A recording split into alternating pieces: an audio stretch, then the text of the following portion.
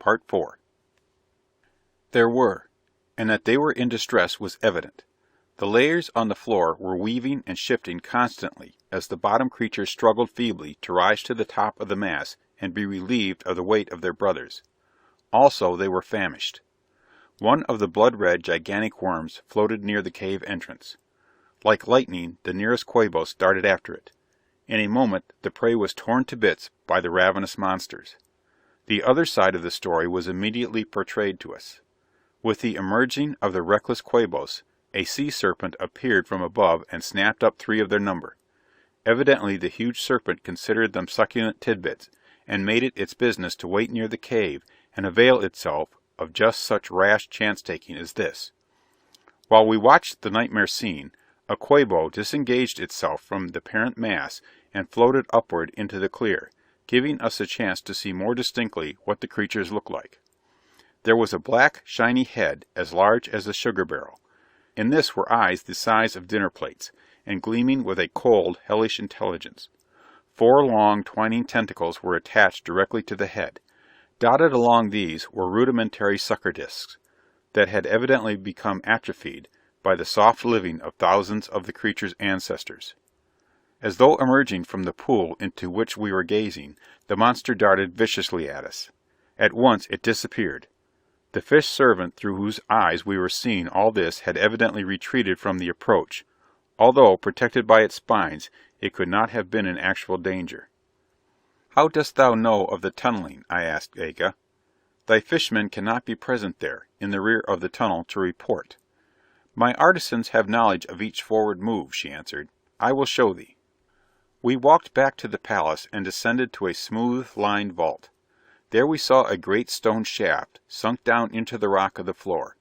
On this was a delicate vibration recording instrument of some sort, with a needle that quivered rhythmically over several degrees of an arc.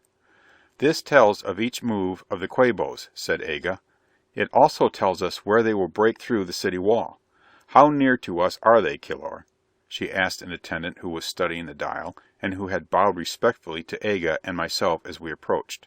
"They will break into the city in 4 rixas at the present rate of advance, your majesty." 4 rixas. In a little over 16 days, as we count time, the city of Zyobor would be delivered into the hands, or rather tentacles, of the slimy, starving demons that huddled in the cavern outside. Somberly we followed Aga back to her apartment. "As thou seest," she murmured, "there is nothing to be done. We can only resign ourselves to the fate that nears us, and enjoy as much as may be the few remaining rixas." She glanced at me. The professor's dry, cool voice cut across our wordless, engrossed communion. "I don't think we'll give up quite as easily as all that. We can at least try to outwit our enemies. If it does nothing else for us, the effort can serve to distract our minds." He drew from his pocket a sheet of parchment and the stub of his last remaining pencil. His fingers busied themselves apparently idly in the tracing of geometric lines. "Looking ahead to the exact details of our destruction," he mused coolly, "we see that our most direct and ominous enemy is the sea itself. When the city is flooded, we drown, and later the Quabos can enter at will." He drew a few more lines and marked a cross at a point in the outer rim of the diagram. "What will happen? The Quabos force through the last shell of the city wall. The water from their tunnel floods into Zyobor. But, and mark me well, only the water from the tunnel. The outer end, remember, is blocked off in their pressure-reducing process.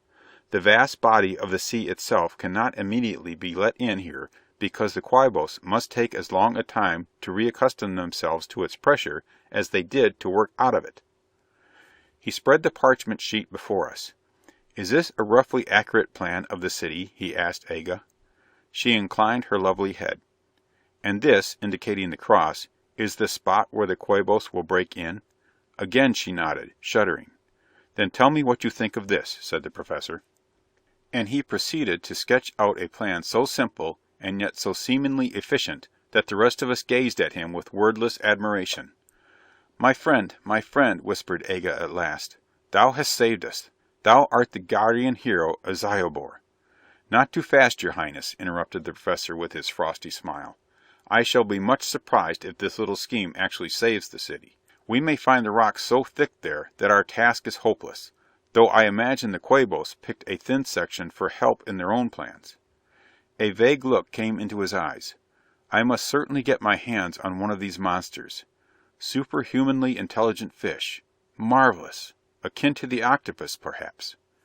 He wandered off, changed from the resourceful schemer to the dreamy man of scientific abstractions. The Queen gazed after him with wonder in her eyes. "A great man," she murmured. "But is he a little mad?" "No, only a little absent-minded," I replied.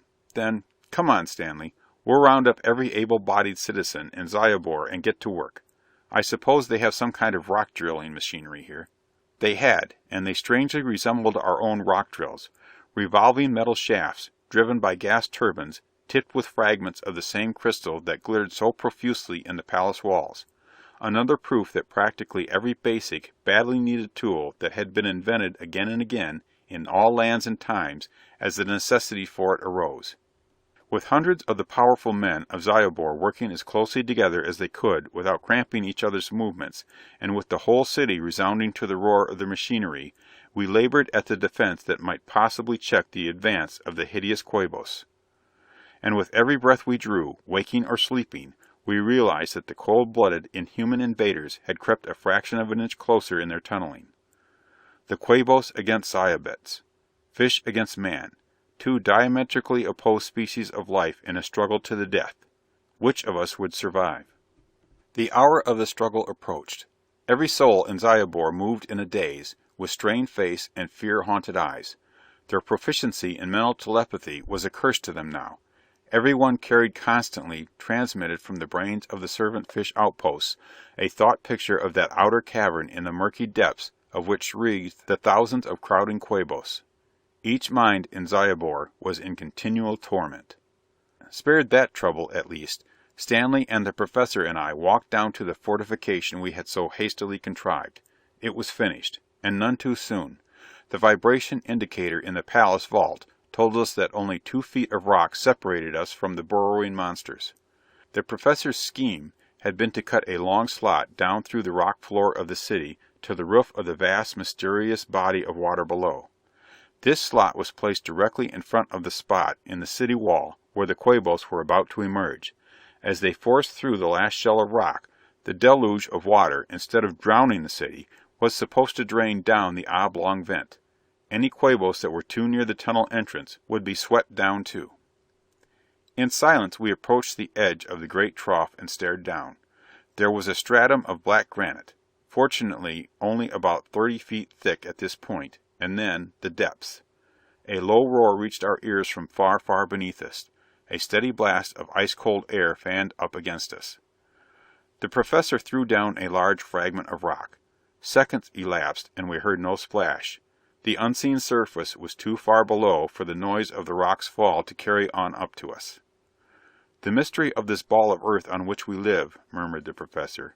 "Here is this enormous underground body of water. We are far below sea level. Where, then, is it flowing? What does it empty into? Can it be that our planet is honeycombed with such hollows as this we are in, and is each inhabited by some form of life?" He sighed and shook his head. "The thought is too big. For if that were true, wouldn't the seas be drained from the surface of the earth, should an accidental passage be formed from the ocean bed down to a giant river as this beneath us? How little we know." The wild clamor of an alarm bell interrupted his musing.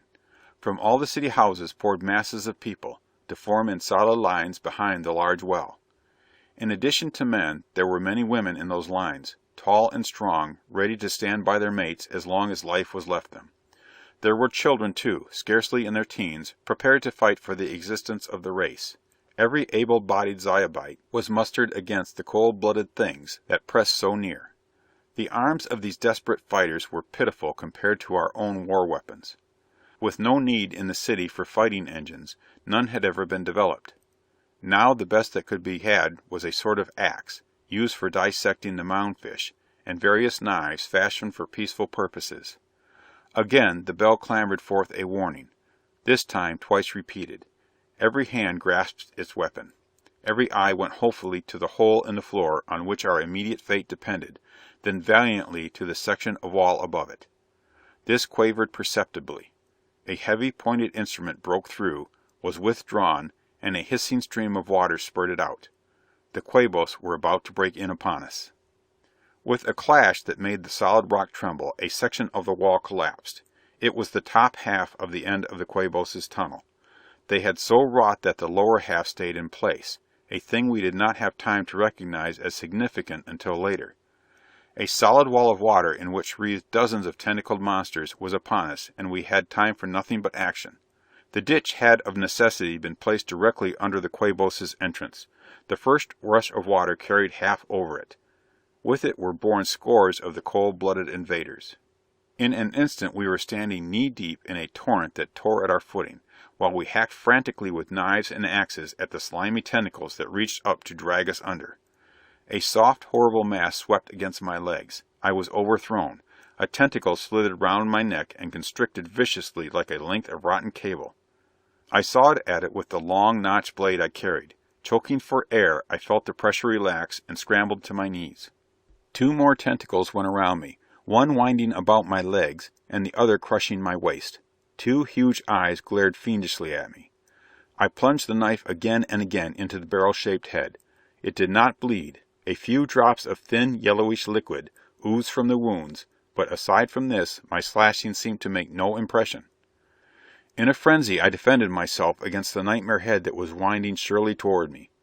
Meanwhile, I devoted every energy to keeping on my feet. If I ever went under again... It seemed to me that the creature was weakening. With redoubled fury, I hacked at the spidery shape, and gradually, when it seemed as though I could not withstand its weight and crushing tentacles another second, it slipped away and floated off on the shallow roaring rapids. For a moment I stood there, catching my breath and regaining my strength. Shifting, terrible scenes flashed before my eyes. A tall Zyobite and an almost equally stalwart woman were both caught by one gigantic Quabo, which had a tentacle around the throat of each. The man and woman were chomping at the vicious, gruesome head. One of the thing's eyes was gashed across, giving it a fearsome blind appearance. It heaved convulsively, and the three struggling figures toppled into the water and were swirled away. The professor was almost buried by a Quabo that had all four of its tentacles wound about him. As methodically as though he were in a laboratory dissecting room, he was cutting the slippery lengths away, one by one, till the fourth parted and left him free. A giant Zyobite was struggling with two of the monsters. He had an axe in each hand, and was whirling them with such strength and rapidity that they formed flashing circles of light over his head. But he was torn down at last, and borne off by the almost undiminished flood that gushed from the tunnel. And now, without warning, a heavy soft body flung against my back, and the accident most to be dreaded in the melee occurred. I was knocked off my feet. My head was pressed under the water. On my chest was a mass that was yielding but immovable, soft but terribly strong. Animated, firm jelly. I had no chance to use my knife. My arms were held powerless against my sides. Water filled my nose and mouth. I strangled for breath, heaving at the implacable weight that pinned me helpless. Bright spots swirled before my eyes. There was a roaring in my ears. My lungs felt as though filled with molten lead. I was drowning. Vaguely, I felt the pressure loosen at last. An arm, with good solid flesh and bone in it, slipped under my shoulders and dragged me up into the air. "Don't you know? Can't drown a fish, holding it under water," panted a voice. I opened my eyes and saw Stanley, his face pale with the thrill of battle, his chin jutting forward in a berserk line, his eyes snapping with eager, wary fires. I grinned up at him and he slapped me on the back, almost completing the choking process started by the salt water I'd inhaled.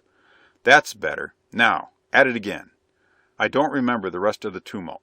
The air seemed filled with loathsome tentacles and bright metal blades. It was a confused eternity until the decreased volume of water in the tunnel gave us a respite. As the tunnel slowly emptied, the pressure dropped, and the incoming flood poured squarely into the trough instead of half over it. From that moment there was very little more for us to do. Our little army, with about a fourth of its number gone, had only to guard the ditch and see that none of the Quabos caught the edges as they hurtled out of their passage. For perhaps 10 minutes longer the water poured from the break in the wall, with now and then a doomed Quabo that goggled horribly at us as it was dashed down the hole in the floor to whatever awesome depths were beneath. Then the flow ceased. The last oleaginous corpse was pushed over the edge, and the city, save from an ankle-deep sheet of water that was rapidly draining out the vents in the streets, presented its former appearance. The Zyobites leaned wearily against convenient walls, and began telling themselves how fortunate they were to have been spared what seemed certain destruction. The professor didn't share in the general feeling of triumph. "Don't be so childishly optimistic," he snapped, as I began to congratulate him on the victory his ditch had given us. "Our troubles aren't over yet. But we've proved that we can stand up to them in a hand-to-tentacle fight." His thin, frosty smile appeared. "One of those devils normally is stronger than any 3 men. The only reason all of us weren't destroyed at once is that they were slowly suffocating as they fought. The foot and a half of water we were in wasn't enough to let their gills function properly. Now if they were able to stand right up to us and not be handicapped by a lack of water to breathe, I wonder, is that part of their plan? Is there any way they could manage?" "But, Professor," I argued, "it's all over, isn't it? The tunnel is emptied, and all the Quabos are—" "The tunnel isn't emptied. It's only half emptied. I'll show you." He called Stanley, and the 3 of us went to the break. "See," the professor pointed out to us as we approached the jagged hole. "The Quabos only drilled through the top half of their tunnel ending. That means that the tunnel still has about 4 feet of water in it, enough to accommodate a great many of the monsters. There may be 400 or 500 of them left in there, possibly more. We can expect renewed hostilities at any time." "But won't it just be a repetition of the first battle?" remonstrated Stanley. "In the end they'll all be killed or will drown for lack of water as these first ones did." The professor shook his head. "They're too clever to do that twice. The very fact that they kept half their number in reserve shows that they have some new trick to try. Otherwise they'd all have come at once in one supreme effort." He paced back and forth. "They're ingenious, intelligent. They're fighting for their very existence. They must have figured out some way of breathing in air, some way of attacking us on a more even basis in case that first rush went wrong. What can it be?" "I think you're borrowing trouble before it is necessary," I began, smiling at his elaborate scientific pessimism, but I was interrupted by a startled shout from Stanley. "Professor Martin," he cried, pointing to the tunnel mouth, "look!" Like twin snakes crawling up to sun themselves, 2 tentacles had appeared over the rock rim. They hooked over the edge, and leisurely, with grim surety of invulnerability, the barrel-like head of a Quabo balanced itself on the ledge and glared at us. For a moment we stared, paralyzed, at the thing, and during that moment it squatted there, as undistressed as though the air were its natural element, its gills flapping slowly up and down, supplying it with oxygen. The thing that held us rooted to the spot, with fearful amazement, was the fantastic device that permitted it to be almost as much at home in air as in water. Over the great, globular head was set an oval glass shell. This was filled with water. A flexible metal tube hung down from the rear. Evidently it carried a constant stream of fresh water. As we gazed we saw intermittent trickles emerging from the bottom of the crystalline case. Point for point, the creature's equipment was the same as diving equipment used by men, only it was exactly opposite in function. A helmet that enabled a fish to breathe in air, instead of a helmet to allow a man to breathe in water. Stanley was the first of us to recover from the shock of this spectacle. He faced about and raised his voice in shouts of warning to the resting Zyobites. 4 other glass-encased monsters had appeared beside the first, now. One by one, in single file like a line of enormous marching insects, they crawled down the wall and humped along on their tentacles, around the ditch and toward us. The deadly infallibility of that second attack. The Quabos advanced on us like armored tanks bearing down on defenseless savages. Their glass helmets, in addition to containing water for their breathing, protected them from our knives and axes. We were utterly helpless against them. They marched in ranks about 20 yards apart, each rank helping the one in front to carry the cumbersome water hoses which trailed back to the central water supply in the tunnel. Their movements were slow, weighted down as they were by the great glass helmets, but they were appallingly sure. We could not even retard their advance, let alone stop it. Here were no suffocating, faltering creatures. Here were beings possessed of their full vigor, each one equal to 3 of us, even as the professor had conjectured. Their only weak points were their tentacles, which trailed outside the glass cases, but these they kept coiled close, so that to reach them and hack at them we had to step within range of their terrific clutches. The Zyobites fought with the valor of despair added to their inherent noble bravery. Man after man closed with the monstrous armored things, only to be seized and crushed by the weaving tentacles.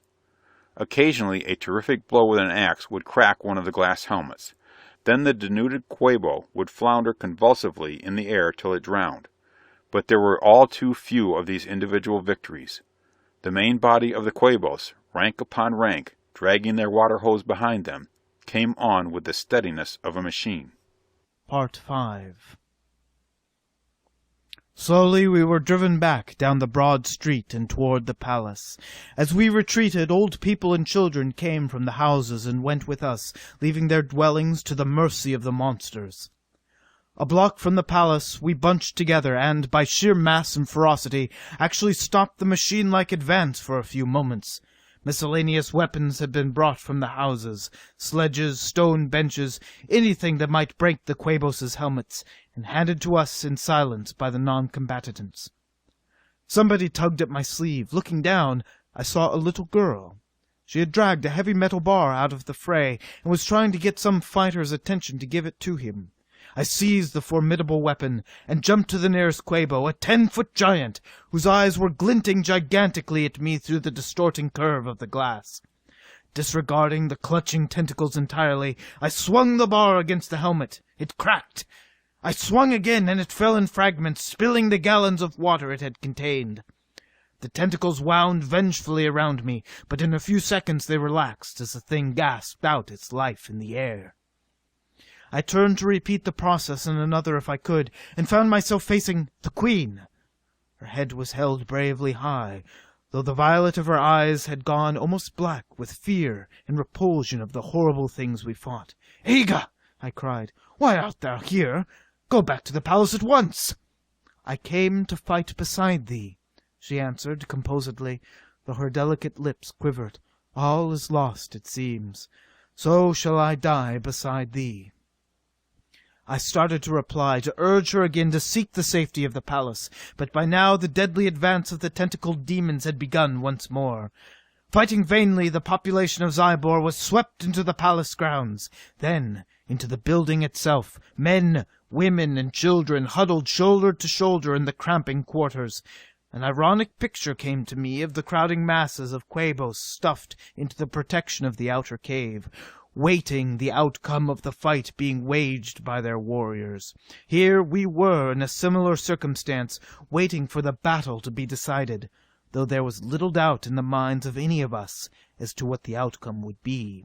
Guards, the strongest men of the city, were stationed with sledges at the doors and windows. The Quabos, able only to enter one at a time, halted a moment, and there was a badly needed breathing spell. "We've got to find some drastic means of defense," said the professor, "or we won't last another 3 hours." "If you asked me, I'd say we couldn't last another 3 hours anyway," replied Stanley with a shrug. "These fish have outthought us." "Nonsense! There may still be a way." "A brace of machine guns," I murmured hopefully.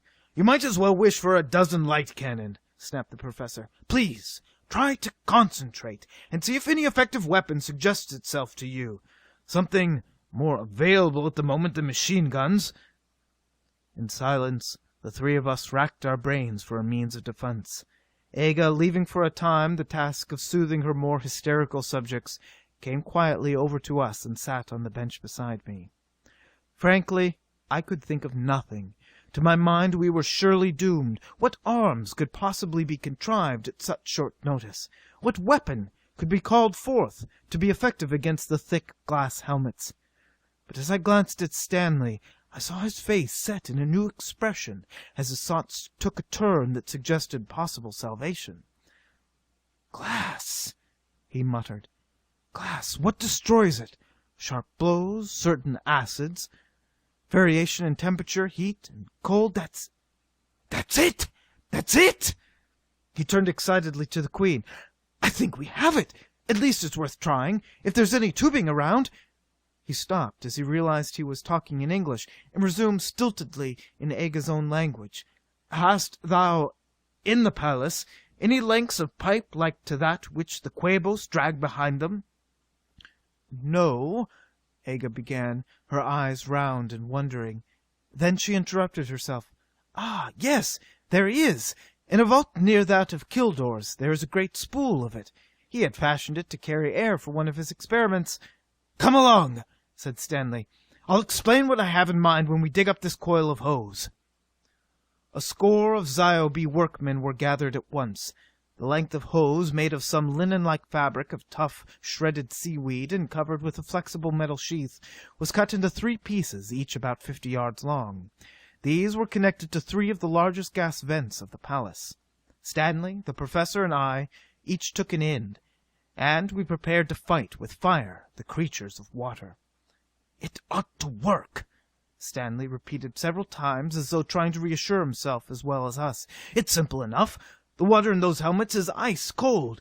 If fire is suddenly squirted against them, they'll crack with uneven expansion.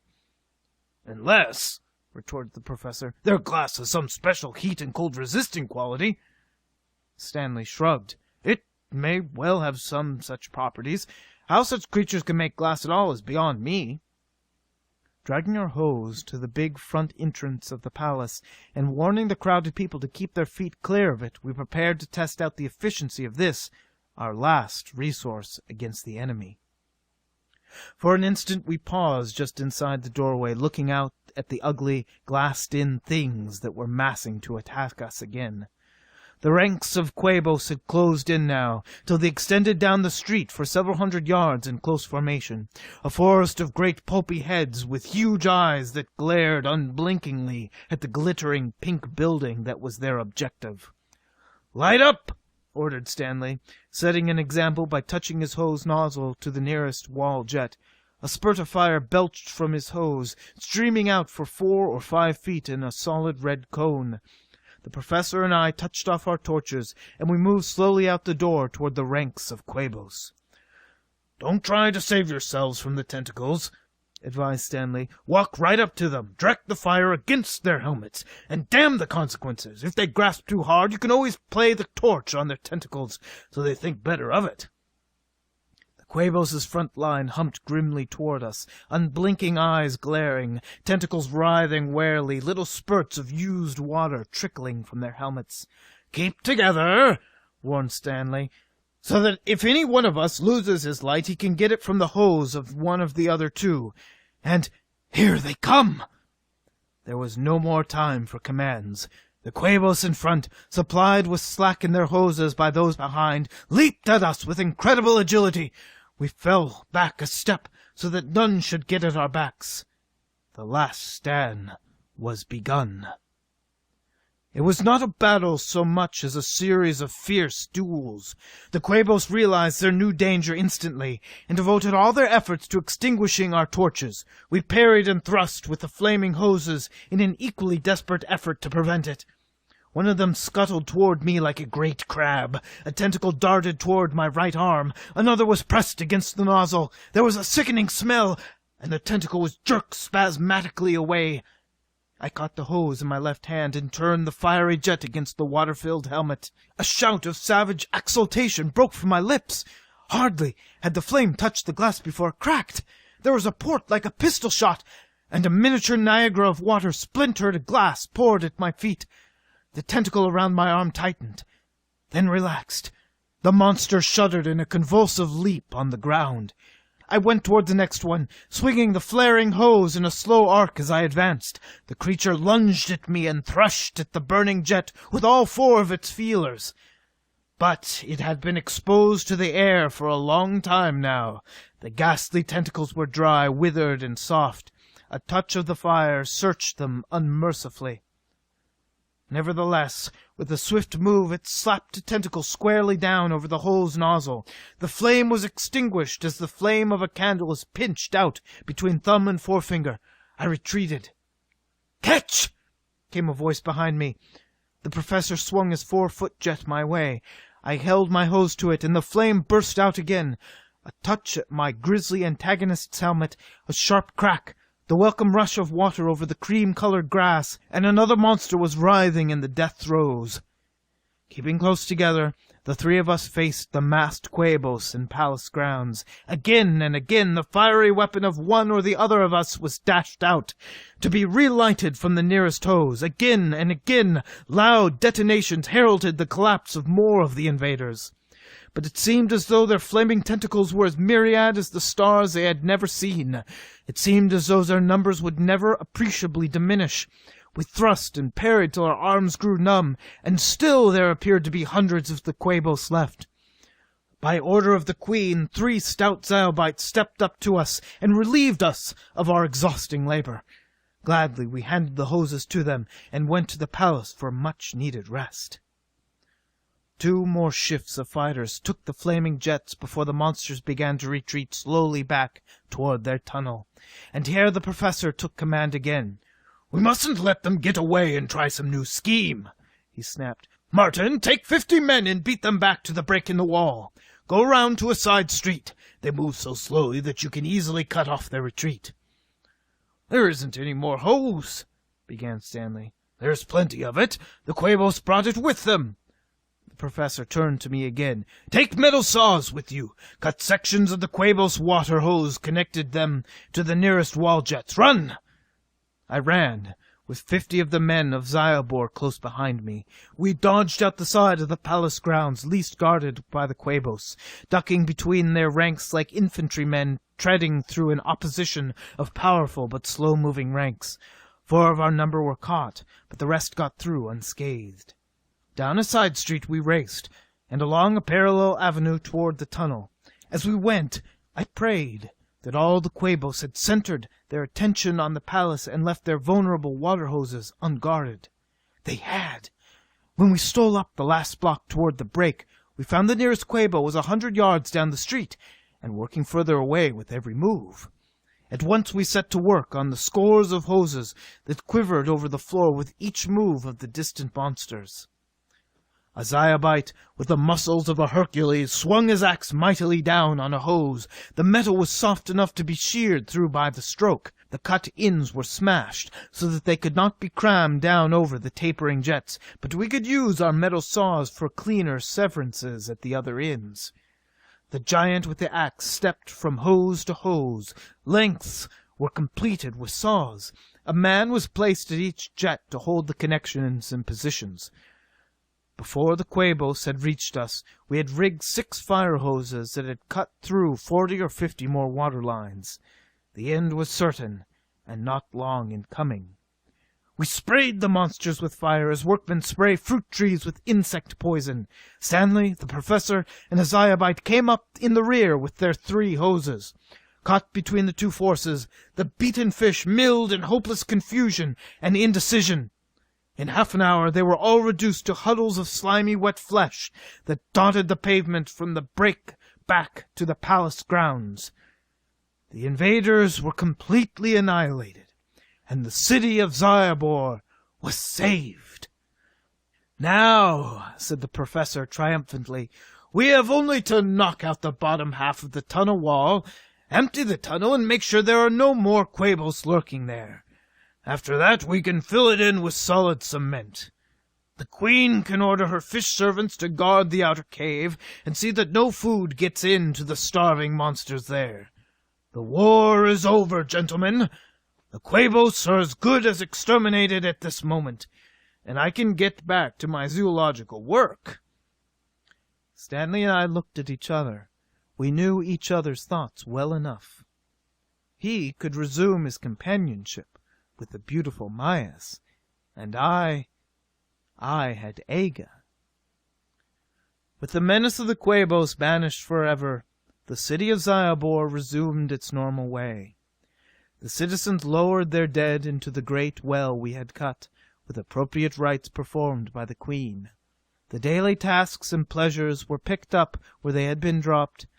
The hunting fear died from the eyes of the people. Shortly afterward, with great ceremony and celebration, I was made King of Zyobor, to rule by Aga's side. Stanley took Mayas for his wife. He is second to me in power. The Professor is the official wise man of the city. Life flows smoothly for us In this pink-lighted community, we are more than content with our lot here. Our only concern has been the grief that must have been occasioned by our relatives and friends when the Rosa sailed home without us. Now we have thought of a way in which, with luck, we may communicate with the upper world. By relays of my Queen's fish servants, we believe we can send up the Professor's invaluable notes, and this informal account of what has happened since we left San Francisco that... Editor's note. There was no trace of any notes. The yacht Rosa was reported lost with all hands in a hurricane off New Zealand. Aboard her were Professor George Berry and the owner, Stanley Brown. There is no record, however, of any passenger by the name of Martin Gray. To date, no one has taken this document seriously enough to consider financing an expedition of investigation to Penguin Deep.